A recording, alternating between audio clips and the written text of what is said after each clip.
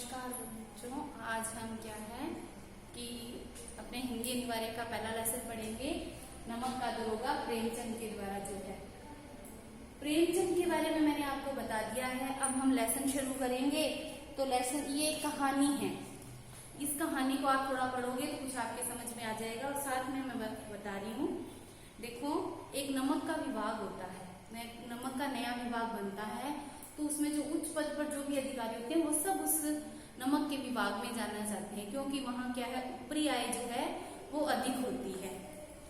इस कारण क्या है, वो वहां आते हैं। बड़े बड़े जो वकील लोग हैं उनका भी जी लग जाता है कि हम क्या है नमक के विभाग में नौकरी करें। लेकिन जो है कि मुंशी बंसीधर के पिता जो हैं वो उनको समझाते हैं कि तुम्हें ऐसा काम ढूंढना है जिसके साथ मतलब वेतन के साथ साथ ऊपरी आय भी अच्छी हो। तुम्हें मतलब क्या है कि जो ये समझाने लगते हैं कि मैं तो बूढ़ा हो चुका हूँ, कभी भी जा सकता हूँ। मैं अपने अनुभव के आधार पर तुम्हें बता रहा हूँ कि लड़कियां बड़ी हो रही है, हम पे कर्ज है, इससे बचने के लिए तुम्हें अच्छी नौकरी की तलाश करनी है। नौकरी के ओहदे की ओर ध्यान नहीं देना है, तुम्हें सिर्फ वहां मिलने वाले पैसे और ऊपरी आय की ओर। यहाँ दिया हुआ है कि मतलब लिखा है कि नौकरी में ओहदे की ओर ध्यान मत देना, यह तो पीर की मजार है। निगाह चढ़ावे और चादर पर रखनी चाहिए कि यहाँ वहां क्या मिल रहा है, उसकी ओर हमें हमेशा ध्यान देना चाहिए। ऐसा उनके पिता उनको समझाते हैं कि ऐसा काम ढूंढना जहाँ ऊपरी आय अच्छी हो। जो वेतन होता है मासिक वेतन, वो पूर्णमासी के चांद के समान होता है। वो क्या है कि मतलब जब मिलता है तो काफी बड़ा लगता है, लेकिन धीरे लुप्त होते होते कब खत्म हो जाता है इसका कोई पता नहीं चलता है। इसमें उससे वृद्धि नहीं होती है। और ऊपरी आमदनी जो है ईश्वर देता है, वेतन जो है वो मनुष्य देता है। तो उससे कोई फर्क मतलब ज्यादा मतलब क्या है, घर खर्च में बढ़ावा नहीं मिलता है, वृद्धि नहीं होती है। लेकिन ऊपरी आमदनी जो है वो ईश्वर देता है और वो घर में बरकत भी करती है। इससे बाकी तुम खुद समझदार हो, मैं तुम्हें क्या समझाऊं, ऐसा उनके पिता उनको कहते हैं। तो पहला प्रश्न हमारा ये बन जाएगा यहाँ पर कि मुंशी धर के पिता उन्हें क्या समझाते हैं।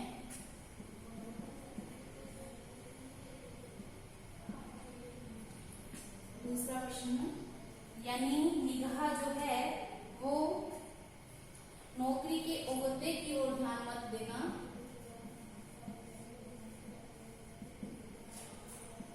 की और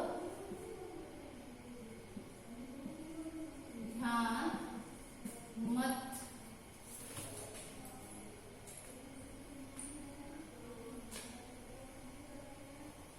देना, यह तो पीर की मजार है। निगाह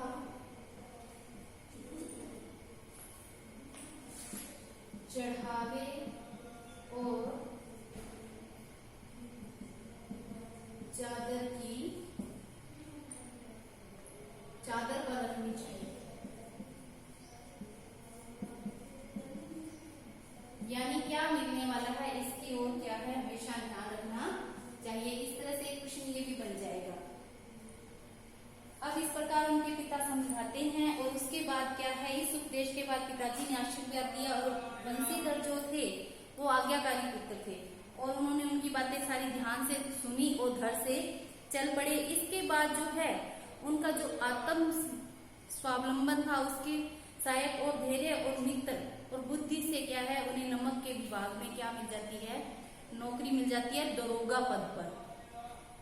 और वेतन भी अच्छा होता है और ऊपरी आय का तो कोई ठिकाना ही नहीं होता, मतलब बहुत अच्छा है। तो जो आसपास मोहल्ले के लोग हैं वो कहते हैं कि भाई ये तो बहुत अच्छा है। उनके सूल चूकनी शुरू हो जाती है हृदय में कि देखो इसको इतनी अच्छी नौकरी मिल गई, हमें नहीं, हमारे बच्चों को नहीं मिली। इस तरह से क्या वातावरण बन जाता है। और पिता जो होते हैं मुंशी बंसीधर के वो बहुत खुश होते हैं।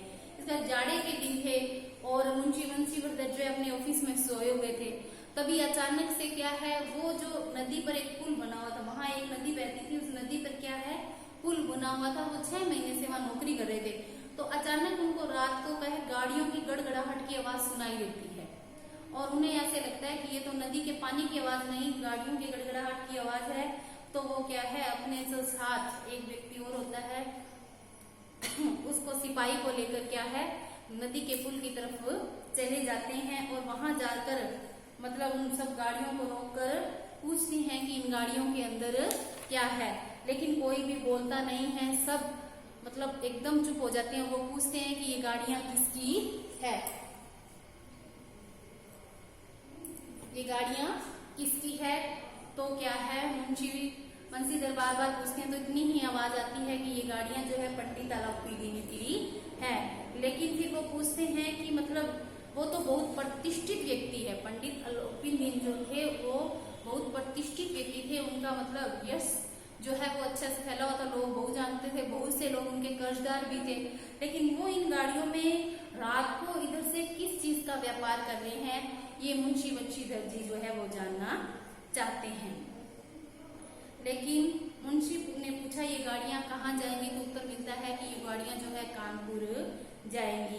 फिर सन्नाटा छा गया। द्रोबा साहब को संदेह, यानी जो बंशीधर थे उनका संदेह और बढ़ जाता है। और संदेह बढ़ने के बाद क्या है, वो अपने जो घोड़े पे होते हैं उस घोड़े को एक साइड में कर गाड़ियों में जाकर चेक करते हैं। तो वहां उन्हें क्या मिलता है, नमक मिलता है। और वो गाड़ियां जो आती हैं उन्हीं के पीछे गाड़ियों में क्या है, जो पंडित अलोपीदीन है वो भी उन पीछे गाड़ियों में आराम से कुछ सोए हुए हैं, कुछ जागते हुए हैं, पीछे पीछे आ रहे हैं। इस प्रकार मुंशी बंशीधर जो है वो क्या है, गाड़ियों पे मतलब पूरी निगाह रखते हैं, पूरा देखते हैं कि ये नमक कहाँ जा रहा है। मतलब अपने पद के लिए वो एक ईमानदार ऑफिसर के रूप में क्या है, कार्य करते हैं। तो एक प्रश्न जैसे ये बन जाएगा कि मुंशी बंशीधर को किस पद पर नौकरी मिलती है, या मुंशी बंशीधर को किस पद पर नौकरी मिलती है।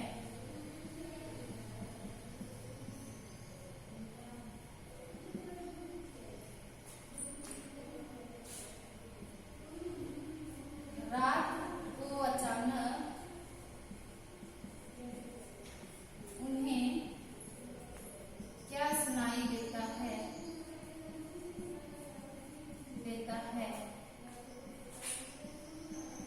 और वो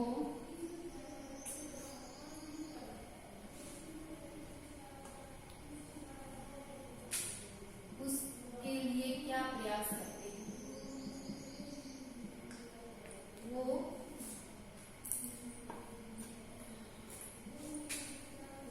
और वो किस ओर जाते हैं।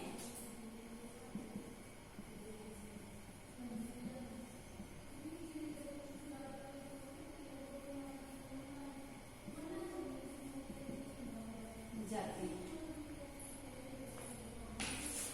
5वां प्रश्न हो जाएगा, गाड़ियां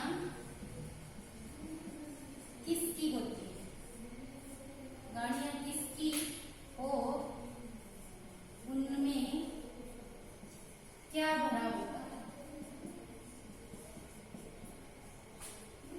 इस प्रकार से ये 5-6 प्रश्न बन गए, ये आपको करने हैं और आगे का जो लेसन है हम आगे की क्लास में पढ़ेंगे।